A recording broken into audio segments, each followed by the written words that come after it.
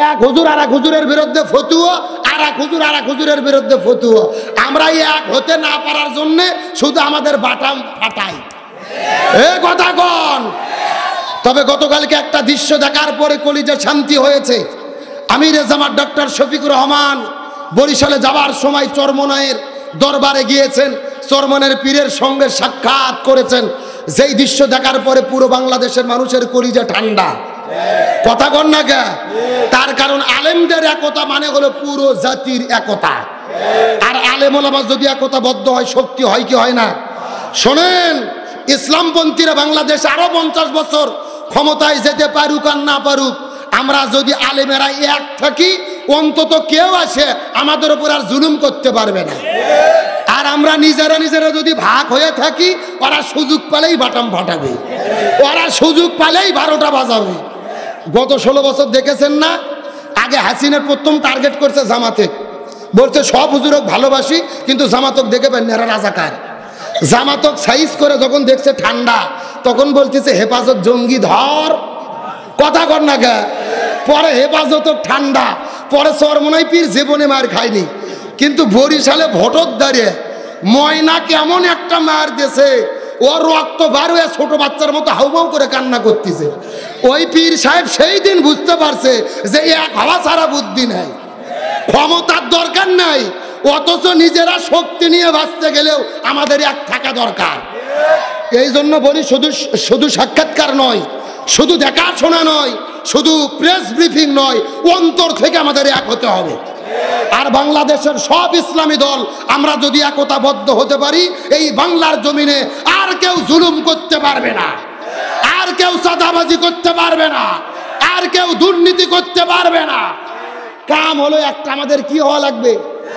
এক হওয়া লাগবে। জোরে বলেন, কি হওয়া লাগবে? শোনেন, বাংলাদেশে যত ইসলামী দল আছে, ভুল কার নাই? কেউ কি ফেরেশতা? সবার মধ্যেই ভুল আছে। এই গিলাসের মধ্যে যদি 1 গিলাস দুধ থাকে, একটা যদি মশা পড়ে, আপনারা কি দুধ ফেলে দেবেন না মশা ফেলে দেবেন? বুদ্ধিমানরা কি করবে? মশা ফেলে দিয়ে দুধ খাবে। 1 গিলাস দুধের দাম 50 টাকা। পাগল, ফেলে দেওয়া যায়? আপনি দুধ বোঝেন, ইসলাম বোঝেন না।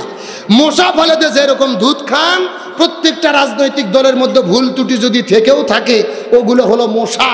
ওগুলোকে সাইড করে দিয়ে এই জমিনে দিন কায়েমের জন্য আমাদের একতাবদ্ধ হতে হবে। আর এই এক যদি আমরা হতে না পারি, আরো বিপদে পড়বো আমরা। আমার দিকে তাকান, আপনাকে ঝাঁটা চেনেন ভাই? ঝাঁটা একটু কথা কর না ভাই রে, ঝাঁটা চেনেন? আচ্ছা বলেন তো, ঝাঁটা বানাতে কি কি লাগে? এই যে লম্বা লম্বা যেই আমাদের কি না যে বাঁশের যে খিলেল দেয় না, আমাদের বগুড়াতে খিল বলে, খিল। আরে কচি না, লম্বা লম্বা, এগুলো কি? ওগুলোই কচি। আচ্ছা, চতুর্দিকে যে বাঁধুনি দেয়, তার নাম কি? গুনে গুলে গুলে না বালা? বালা। আচ্ছা শোনেন, আর পিছন দিক থেকে যে কাঠের একটা প্যাকিং দেয়, ওটার নাম কি?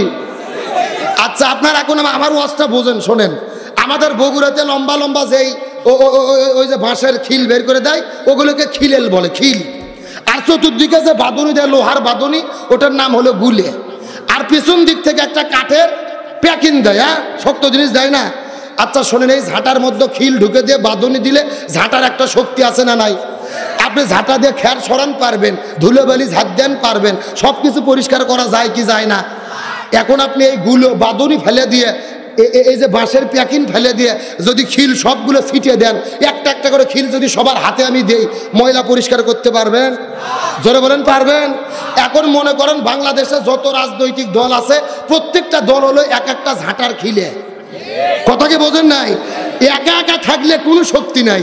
আর সবগুলোকে এক জায়গা করে কোরআন নামক বাঁধুনি দিয়ে, হাদিস নামক প্যাকিং দিয়ে আমরা যদি এক থাকতে পারি, কোনো জালেমের বাচ্চা মাথা উঁচু করে দাঁড়াতে পারবে না। সুতরাং বাংলার জমিনে আগামীতে মাথা উঁচু করে দাঁড়ানোর জন্য এই জমিনে দল যাই যেটা করতে পারেন। আমাদের মূল পরিচয় মুসলমান, আমাদের সংবিধান হলো আল কোরআন। এই জমিনে আল কোরআনের জন্য একতাবদ্ধ হতে কারা কারা রাজি আছেন? দুটি হাত আল্লাহকে তুলে দেখান।